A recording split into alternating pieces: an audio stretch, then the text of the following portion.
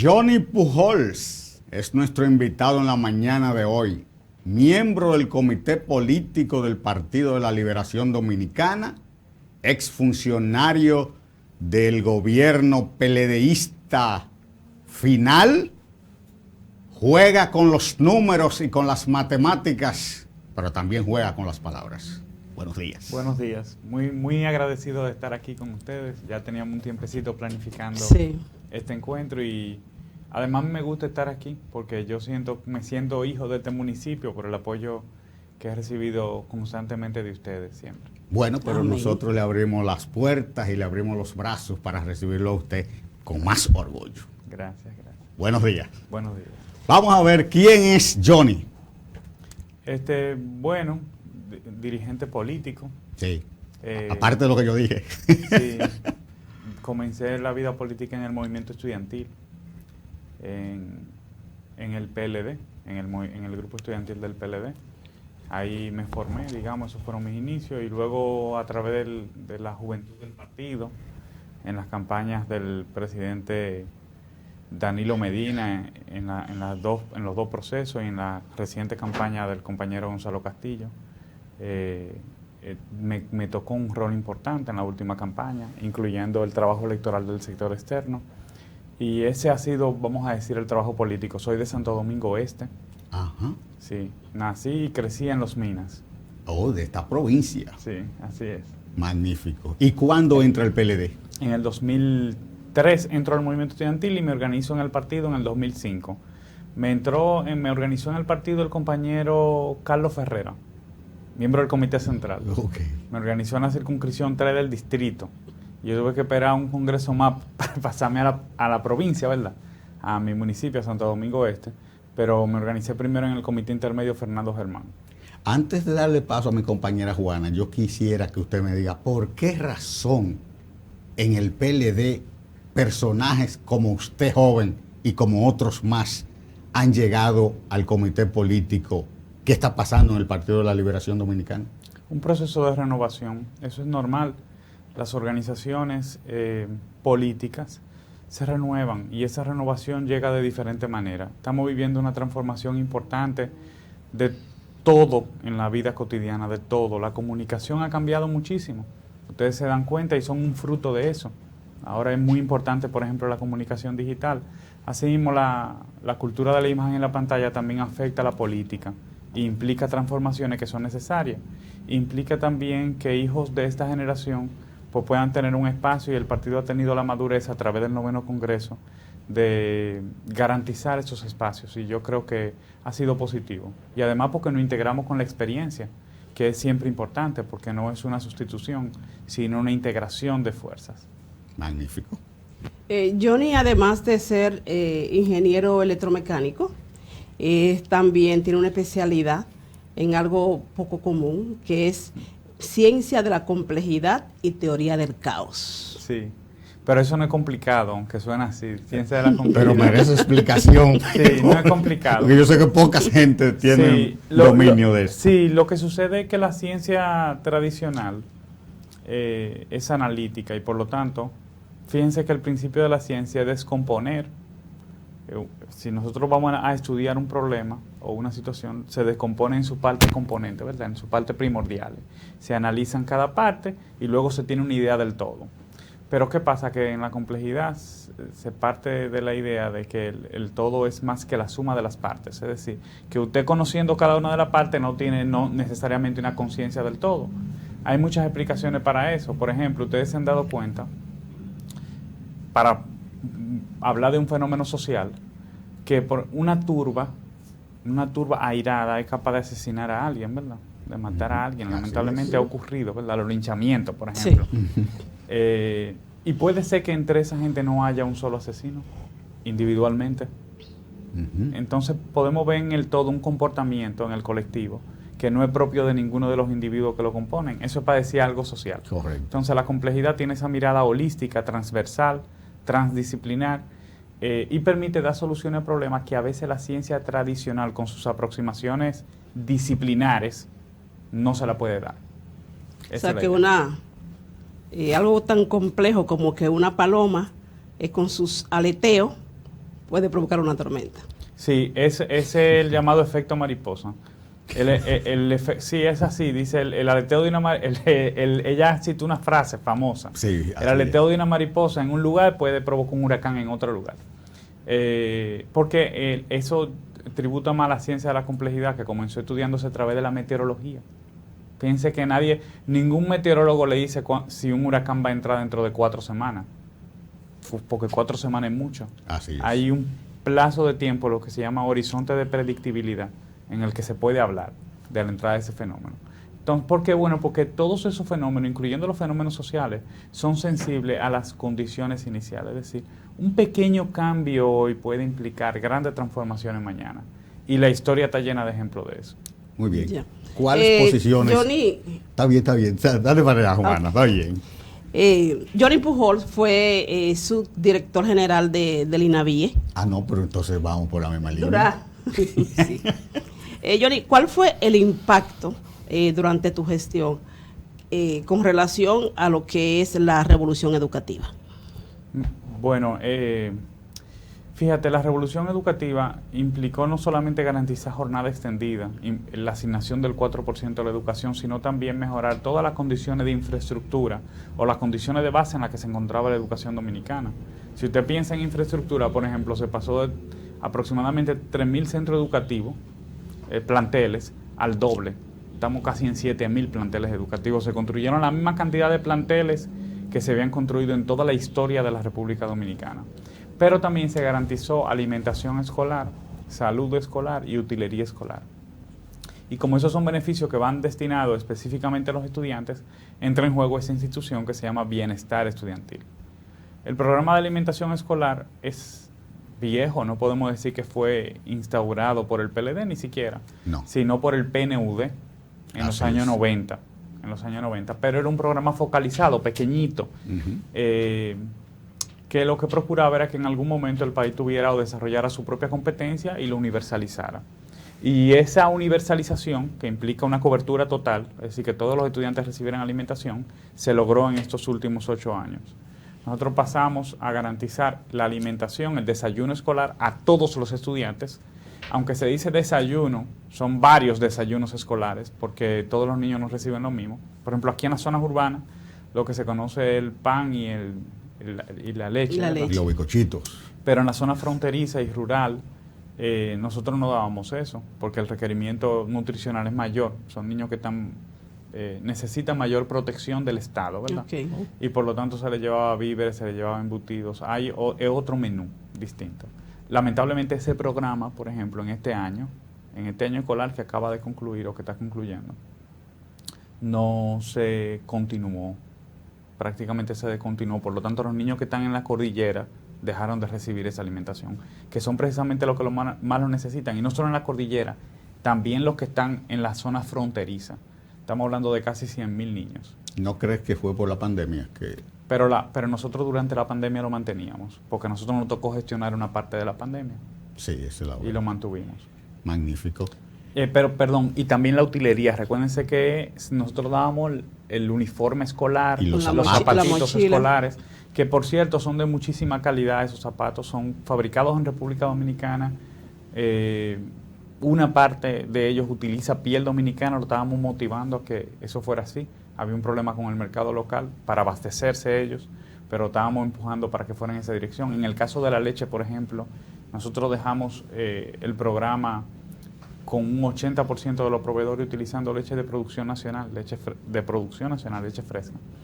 Y aparte de eso estaban los 4 programas de salud. Se intoxicaron muchos niños en esa época, ¿sí? No, al revés. Las intoxicaciones prácticamente desaparecieron a partir del año 2013. Nuestros últimos eventos de intoxicación ocurrieron en el 2012. ¿Y por qué ocurrió eso? Bueno, porque bajo la coordinación de René Jaque, que era el director de la institución, se establecieron unos protocolos muy rigurosos para garantizar que cuando se presentara un evento, se aislara, se tomara la muestra, se mandara al laboratorio, se identificara si había una falta del proveedor o si fue un problema del manejo en el plantel. O sea, se estableció un protocolo que permitía trazar los productos y además tomar las medidas pertinentes. ¿Había una rigurosidad en el asunto de los chequeos para ver si realmente los proveedores estaban brindando un servicio eficiente? Mire, no había forma, había una evaluación técnica muy rigurosa para participar en el proceso. Todos los proveedores eran visitados. Ojalá que eso se continúe haciendo, ¿verdad? Porque eso favorece a los niños. Todos los proveedores eran visitados y en función de su capacidad instalada, de su proximidad al centro, era que se adjudicaba, por ejemplo, en la medida en que eso fuera posible, porque a veces no era tan posible. Pero además de eso, pues, los mismos proveedores le podían hacer los cuentos. Una falta cualquiera lo podía poner en un plan de mejora, y si era una falta grave lo podía sacar del programa.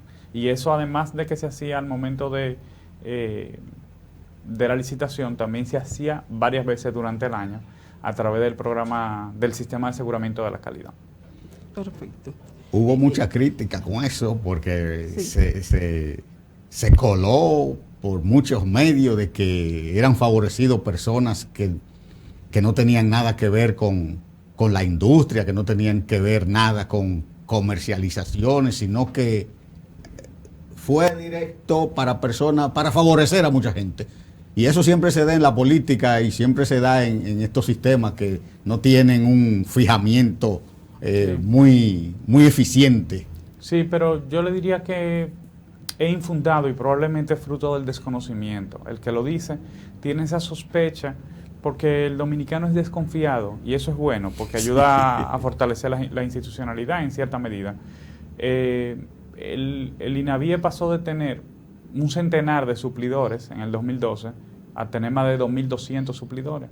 ¿Cómo usted puede hablar de favorecer a alguien cuando usted tiene una cantidad tan grande de suplidores? Nada más en el almuerzo escolar usted tenía 1.500 participantes, de los cuales ganaban 1.200. Es decir, ganaban casi todos los que participaban.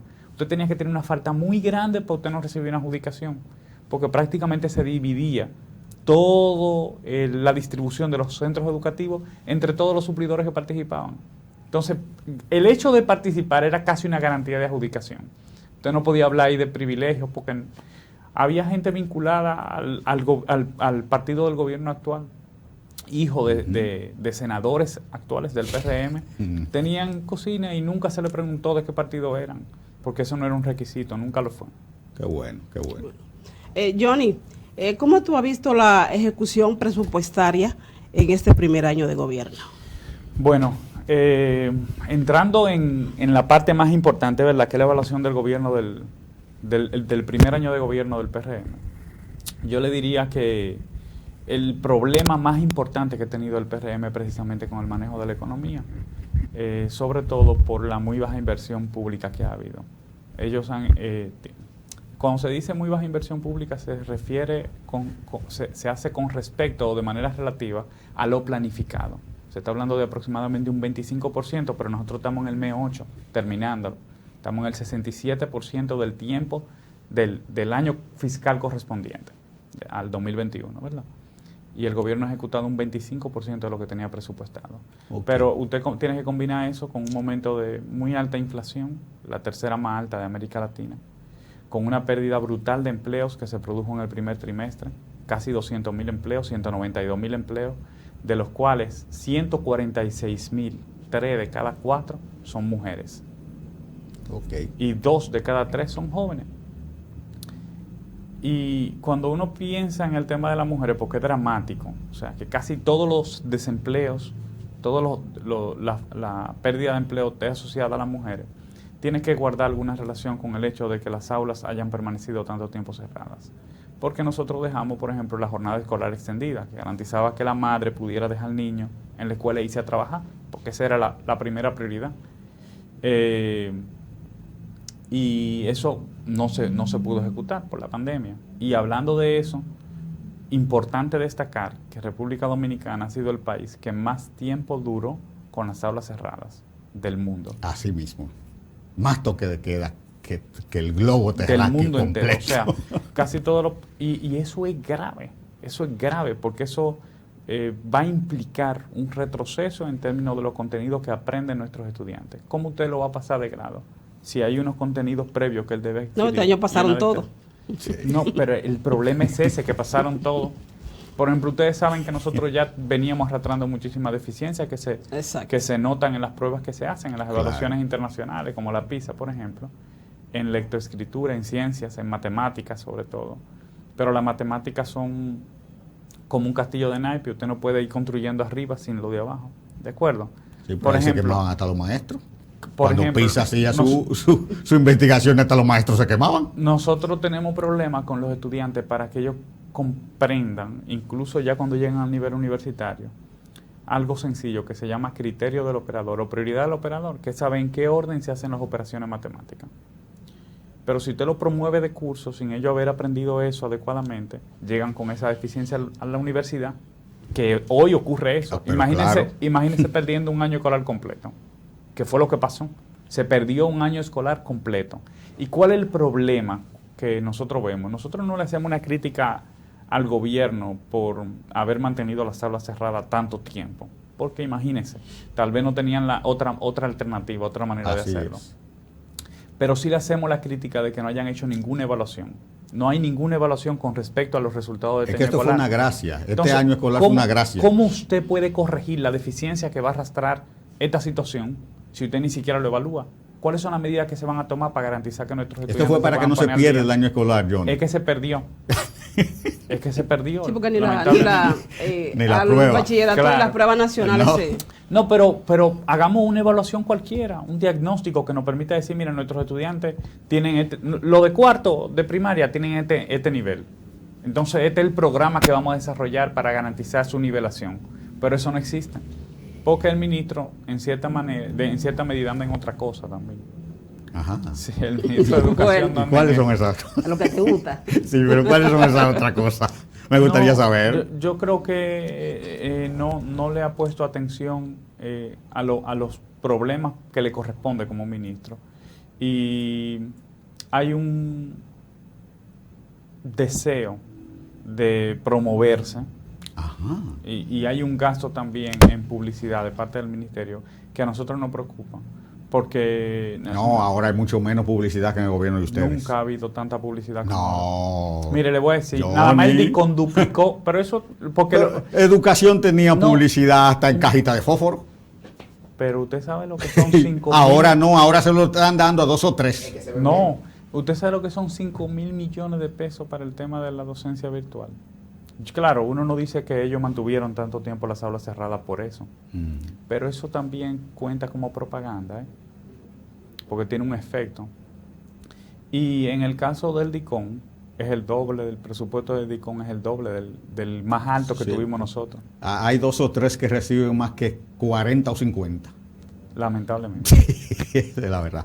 Mire, Johnny, vamos a hacer una pausa porque cuando regresemos vamos a entrar con el tema político porque usted no puede decir aquí sin tocar ese tema. Así que vamos a la pausa, señor director. Nos vemos en breve.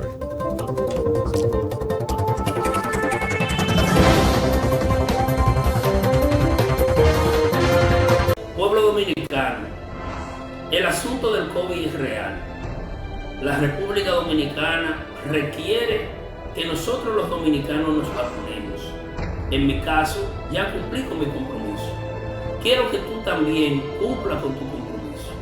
Vamos a vacunarnos, porque una vez nosotros nos vacunemos, estamos cuidándonos nosotros mismos, pero también estamos cuidando a nuestros seres queridos. No politicemos el tema, ni tengamos miedo. Vamos a vacunar. La vacuna es necesaria. Vamos a dejar los mitos y los tabúes. Así como nos han vacunado para otras enfermedades, esta es una en donde lo único que requiere el país es de tu colaboración. La vacuna no tiene partido político. El COVID no tiene partido político. Vamos a vacunarnos. Realmente es necesario.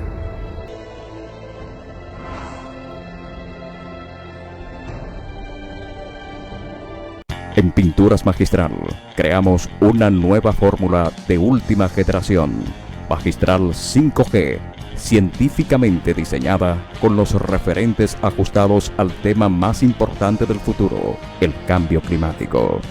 Semigloss 5G, acrílica superior 5G, acrílica 4G y acrílica 3G, porque la República Dominicana nunca había tenido colores tan duraderos y naturales, revolucionando hacia los colores de la esperanza. la excelencia y el bienestar de las nuevas generaciones.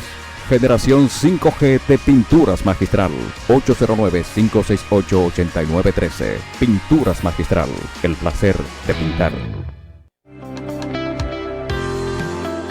A partir de este 10 de agosto, los usuarios del corredor 27 de febrero, además de pagar en efectivo, podrán pagar con tarjeta SD Go o tarjeta de crédito y débito Visa o Mastercard sin contacto.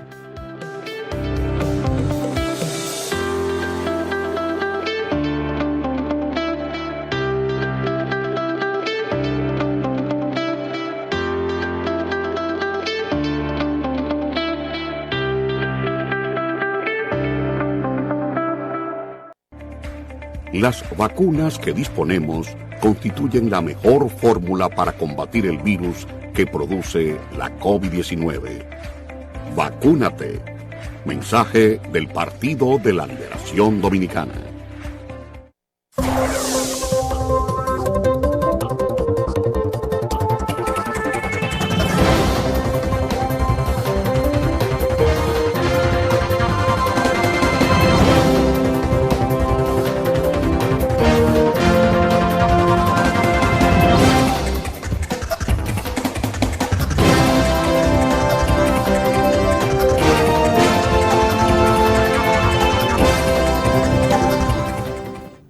Señores, estamos conversando con el licenciado Johnny Pujols, miembro del Comité Político del Partido de la Liberación Dominicana, y ahora vamos a entrar al tema político porque esa es la base fundamental prácticamente de una entrevista de un hombre de su altura, por pertenecer al organismo más alto que cuenta el Partido de la Liberación Dominicana.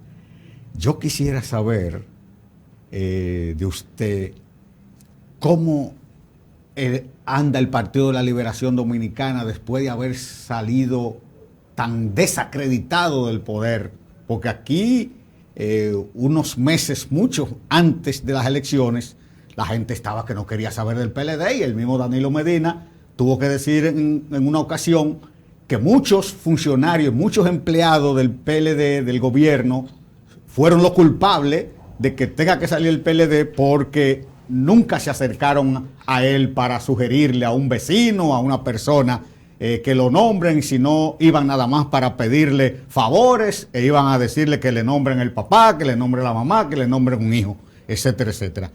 El PLD salió del poder por esa situación. Entonces, ¿cómo anda hoy el partido? Bueno, usted creo que hizo un preámbulo adecuado acerca de la situación muy difícil en la que se encontró el partido al momento de nuestra salida del poder. Primero hay que comprender, para ponerlo en contexto, porque todo tiene un contexto, sí, que nosotros gobernamos por 16 años y que en democracia ningún partido gobierna para siempre. O sea, porque hay gente que nos dice, bueno, pero ustedes salieron del poder, pero teníamos un día que salir del poder. Eso. Claro, nosotros no queríamos salir del poder nunca, pero en democracia se sale del poder, ¿de acuerdo?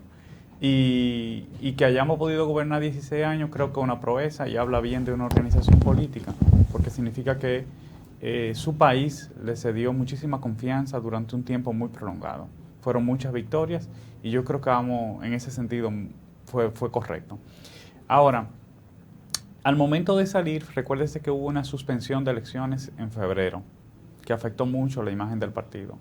La afectó de una manera injusta, porque se dijeron muchas mentiras y medias verdades que afectaron la imagen del partido. Incluso se nos atribuyó un deseo de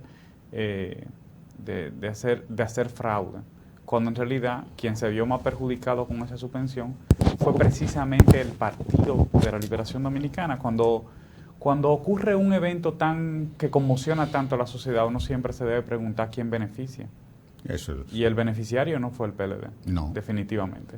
El PLD fue muy perjudicado con ese proceso porque incluso perdimos mucho más alcaldía inmediatamente en marzo.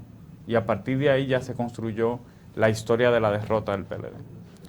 Bueno, entonces en ese contexto salimos del poder y solamente una organización de las raíces profundas que tiene el PLD en el pueblo dominicano y también de su nivel de organización puede plantarse en medio de un contexto como ese, organizar un congreso y salir airoso.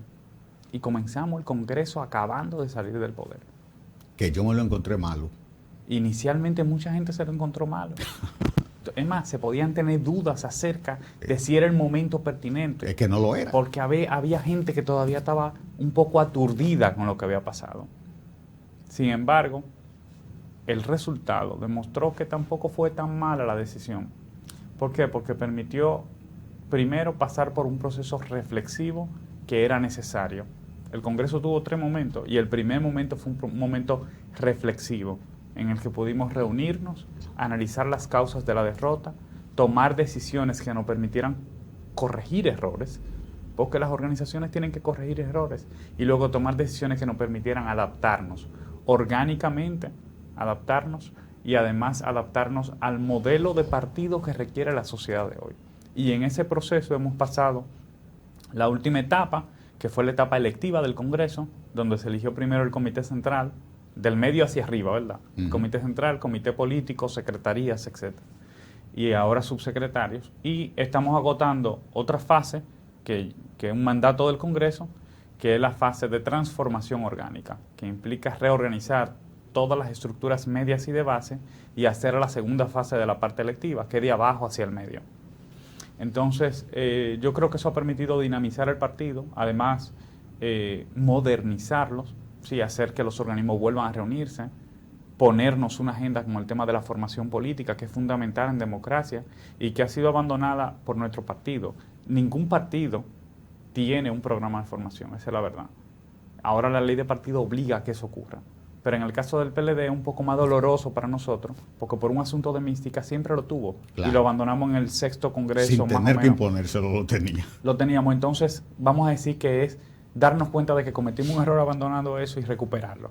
Así que yo creo que vamos en la dirección correcta y que hay mucho entusiasmo, porque se siente, de parte de la militancia del partido, y se va ganando confianza también en la sociedad. La sociedad se va dando cuenta de que no todo lo que se dijo del PLD era cierto, y de que además los partidos son fundamentales en democracia. Creo que un error que ha cometido el liderazgo político, no solo de República Dominicana, sino en mucha parte del mundo. Yo creo que comenzó con Charles de Gaulle, que una vez dijo, la política es demasiado seria para dejar hacer a los políticos. Es decir, los políticos comenzamos a desacreditar a los políticos y a vendernos como antipolíticos.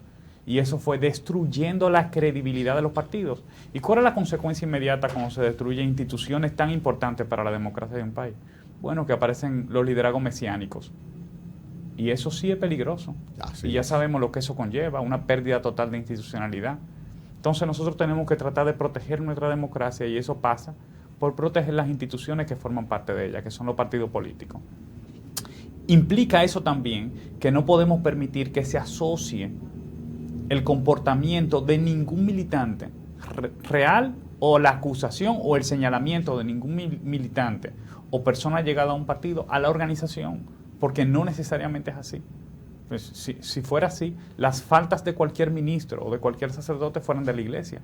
Y eso es mentira, eso es falso. Porque yo soy un creyente, yo soy cristiano. Mi fe no está fundamentada, y mi vinculación con la iglesia no está fundamentada en el comportamiento de ningún líder religioso. Y pasa lo mismo con los partidos políticos. Hay una agenda de valores, hay una visión de un partido político que hace que uno milite en él. Y las acciones son individuales. Y las acciones son de cada quien. ¿Entiendes, Johnny, que los casos de judicialización que están actualmente buscan perjudicar el PLD? Yo creo sobre todo que una gran parte del funcionariado, del liderazgo del partido de gobierno, ha querido golpear la imagen del PLD. Claro, porque quieren gobernar, con el peligro que implica la desaparición o la reducción de la oposición, porque le permite entonces al gobierno, la oposición es un control social necesario. Entonces eso le permitiera al gobierno correr por una carretera un poco más ancha, más libre, y por eso se hizo. Pero eso, al final, mire, yo creo que la Procuraduría General de la República tiene que tratar de cuidar mucho su imagen. Y por lo tanto darle un trato adecuado a las personas que son señaladas y que deben ser investigadas. El PLD ha fijado su posición muchas veces, ha dicho que el que tengan que ser investigado sea investigado, Pero eso también implica de parte de las autoridades judiciales que cuando tengan que atender un señalamiento de un funcionario actual, pues se haga de la misma manera, en la misma proporción que se hace cuando es un funcionario del gobierno pasado. Porque si la población percibe diferencias en el tratamiento que se le da a uno y a otro, se puede entonces relajar una aspiración legítima de la sociedad dominicana, que es la lucha contra la corrupción. Pero la sociedad dominicana también ha percibido que esta justicia está haciendo mejor trabajo que en los gobiernos pasados. Bueno, yo creo que por esa razón tal vez debería cuidar mucho esa imagen. Sí. Porque esa imagen puede maltratarse fácilmente, se puede considerar que hay una diferenciación de tratamiento, una selectividad. Entonces por eso la justicia tiene que ser muy cuidadosa en ese sentido. Bueno, magnífico. Bueno, y de verse selecto por ese lado sería porque los casos atrás, o sea, antes de los casos de Danilo de Medina, pues no se han llevado a la justicia. Bueno, ya eso estaban fríos. Entonces, habría que ver qué tan independiente. Bueno, ¿cómo usted evalúa este gobierno, siendo usted sincero, quitándose el traje de miembro del comité político del PLD? Yo creo que el presidente de la República, igual que cualquier presidente de un país, quiere hacerlo bien. ¿Qué presidente quiere hacerlo mal deliberadamente? Qué honesto. Los presidentes quieren quedar bien. Ahora, ¿qué es lo que se percibe? Si usted analiza el discurso del presidente, se da cuenta, porque han sido señaladas esas imprecisiones, que incurre muchas veces en imprecisiones o en la presentación de datos erróneos. Y eso implica que hay una descoordinación entre lo que organizan sus funcionarios, lo que se publica incluso en los portales de transparencia y lo que anuncia el gobierno, lo que dice el presidente. Y eso es grave, porque si el gobierno no tiene coordinación, si no hay una línea conductora, un hilo conductor, entonces nosotros comenzamos a ver acciones aisladas que no permiten que se avance en la dirección correcta. Y lo otro es la ausencia de un plan. Eso se repite en muchas instituciones públicas. Por ejemplo, ¿alguien sabe cuál es el plan para el próximo año escolar? De nuevo, con el tema de educación. Todavía no. No se sabe, pero el año escolar va a comenzar en 15 días. Sí. Entonces no se sabe cuál es el plan. ¿Alguien conoce cuáles son los detalles de la posible reforma fiscal que se pretende presentar a la población? Nadie. Todavía, pero no hay fecha tampoco para eso. Pero en octubre ya hay que hablar del presupuesto del año que viene, eso general sí. de la Nación. Sí, eso es un mes. Pero no se sabe qué es lo que va a pasar con la reforma fiscal. Entonces yo creo que hay una falta de planificación evidente, una consecuencia inmediata de esa falta de planificación son los errores que se cometen, por ejemplo, como lo que provocó la entrada al país de la fiebre porcina. Okay. Usted es un experto en números. Me gustaría su opinión acerca de los préstamos que se hicieron en el pasado y los préstamos ahora. Ya este gobierno en un año va a estar pisándole los talones a los gobiernos del Partido de la Liberación Dominicana, específicamente al recientemente pasado.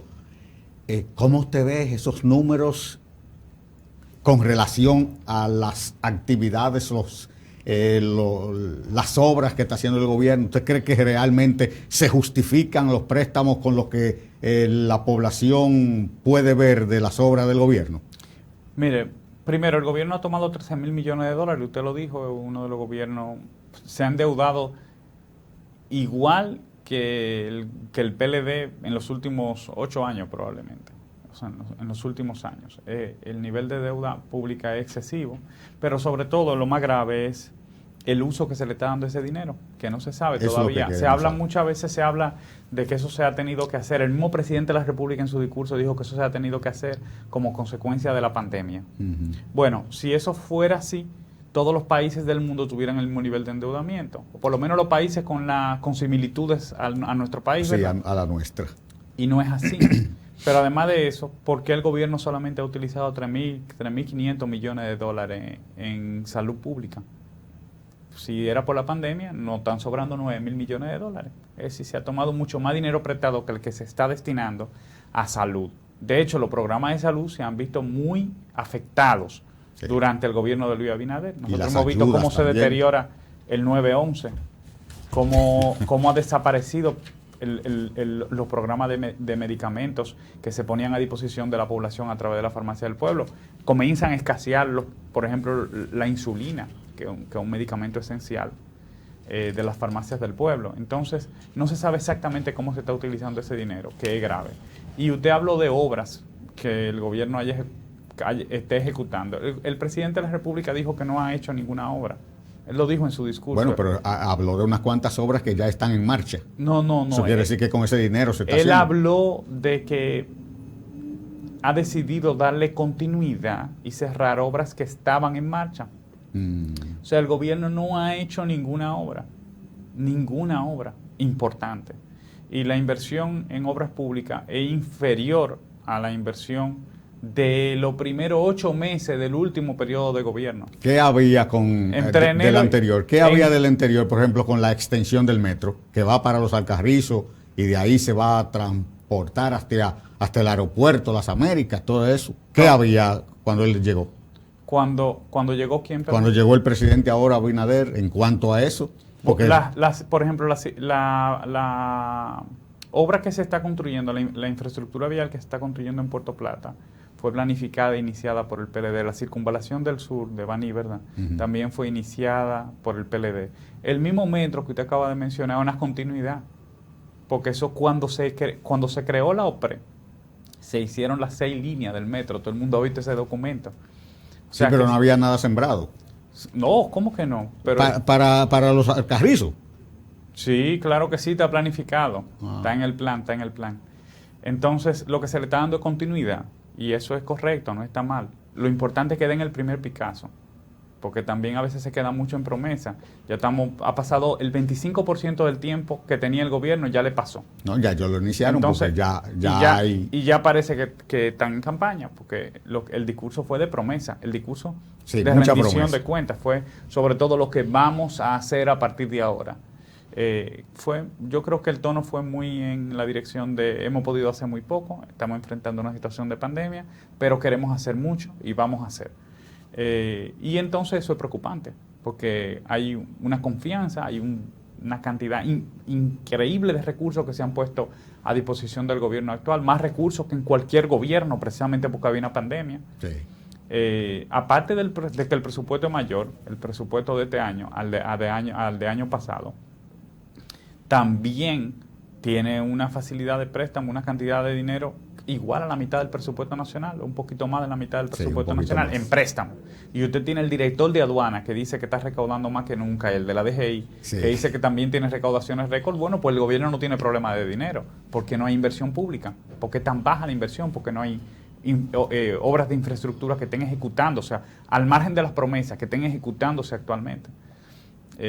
Yo creo que hay una situación muy delicada con ese tema y que el gobierno debería atender rápidamente. Johnny, en algunas ocasiones el gobierno ha dicho que el PLD en asuntos sanitarios, o sea, en salud, no le dejó nada. Eso lo ha repetido el gobierno en algunas ocasiones.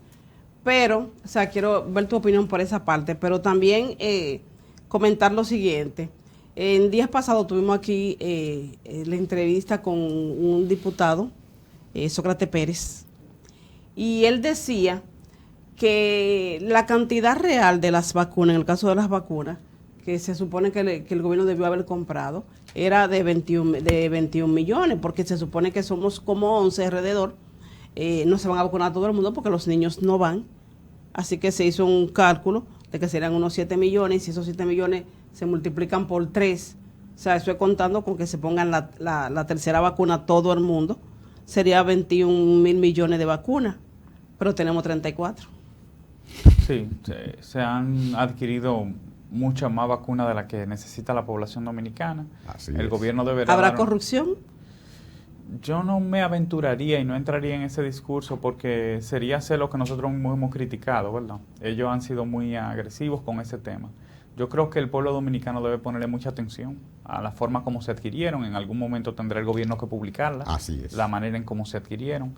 ¿Y por qué esa cantidad? Y luego por qué. Las razones que motivaron al gobierno para adquirir esa cantidad. Por ahora, eso es lo único que yo me atrevería a decir. Muy bien. Tenemos a alguien en la línea que quiere hablar con usted. Buenos días. Sí, buenos días. Sí, Luis Vázquez, de la Luis. Unión Municipal de Juntas de Vecinos. Buen día, Bienvenido, Luis. Luis. Buen día, Luis. Sí, mi pregunta sería al joven, a la persona contemporánea,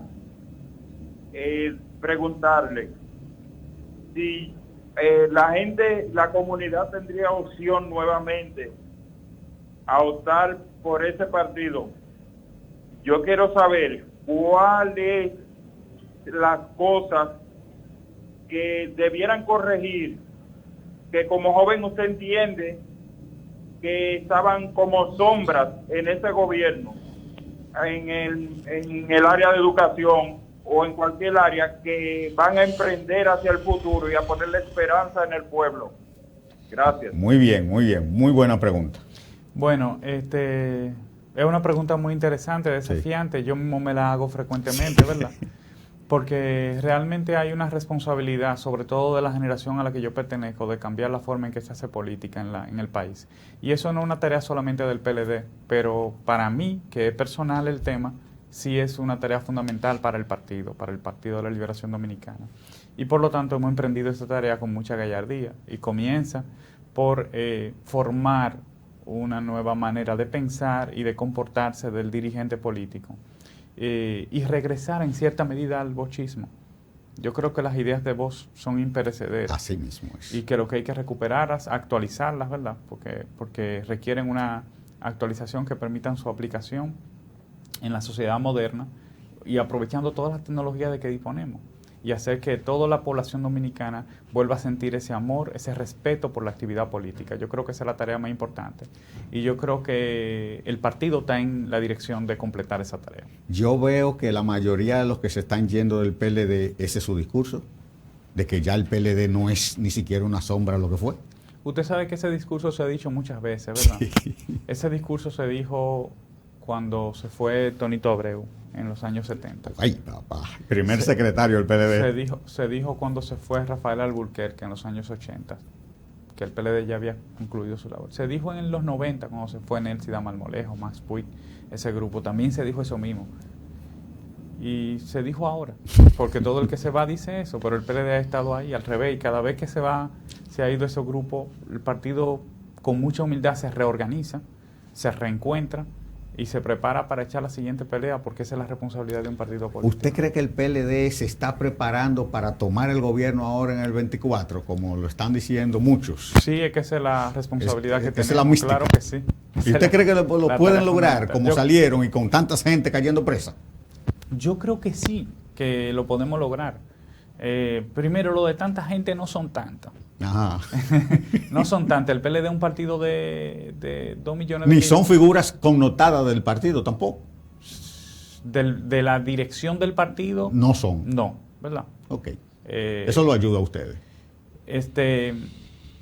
Pero además de eso, el PLD tiene 2 millones de miembros. Es un partido enorme, ¿verdad? Tenía.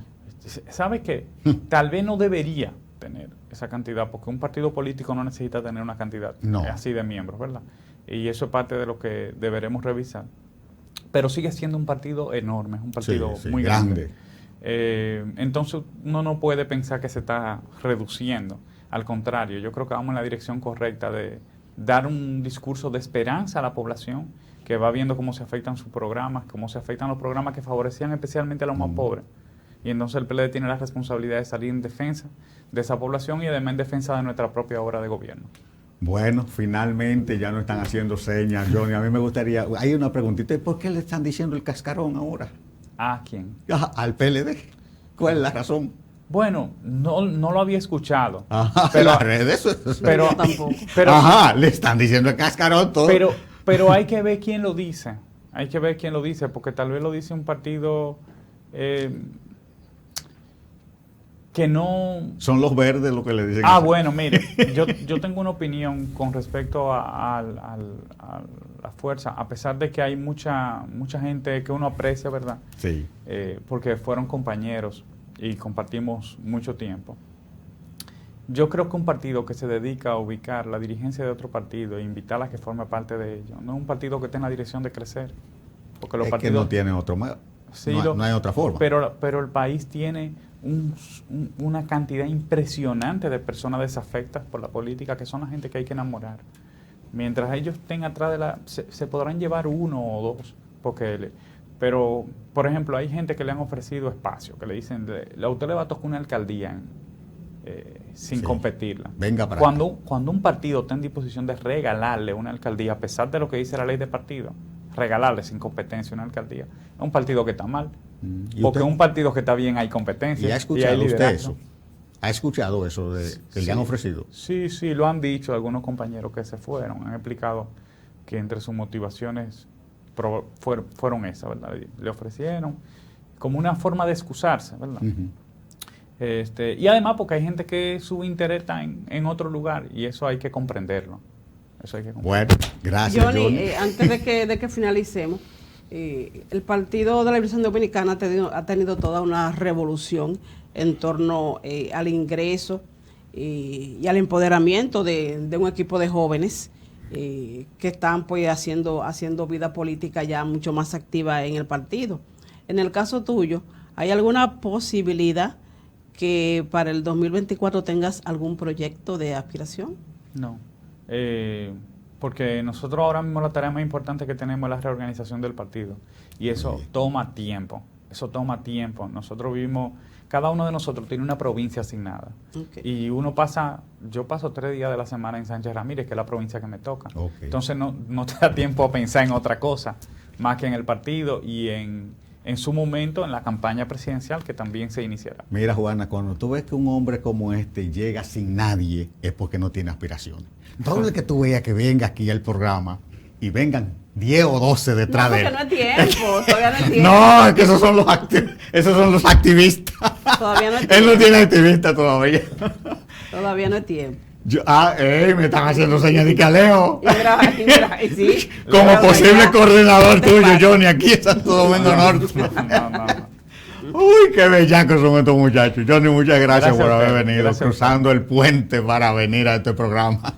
No, para mí un gusto, de verdad que sí, es siempre un honor compartir con ustedes. Ojalá que se pueda repetir en el futuro, que me inviten, que les haya gustado. No, pronto, pero antes de irte yo quiero que ahí frente a esa cámara tú le hagas un llamado a los PLDistas acerca de lo que tú creas que se necesita ahora mismo.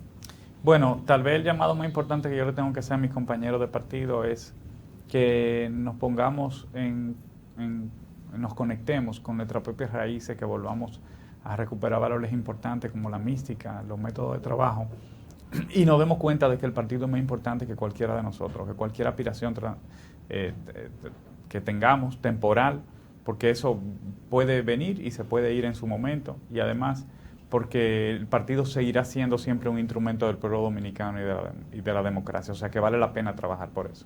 Gracias, Johnny. A la orden. Un gran honor para nosotros haber recibido a Johnny Pujols. No, y las mañanas del 56 pues se siente mucho más que complacida. Así es. De tener figura de esa categoría. No, como dice el señor Nolasco, de ese estirpe. Gracias por su atención, señores. Seguimos con más de las mañanas del 56 porque queda alguito que hay que comunicarle a ustedes. Quédense.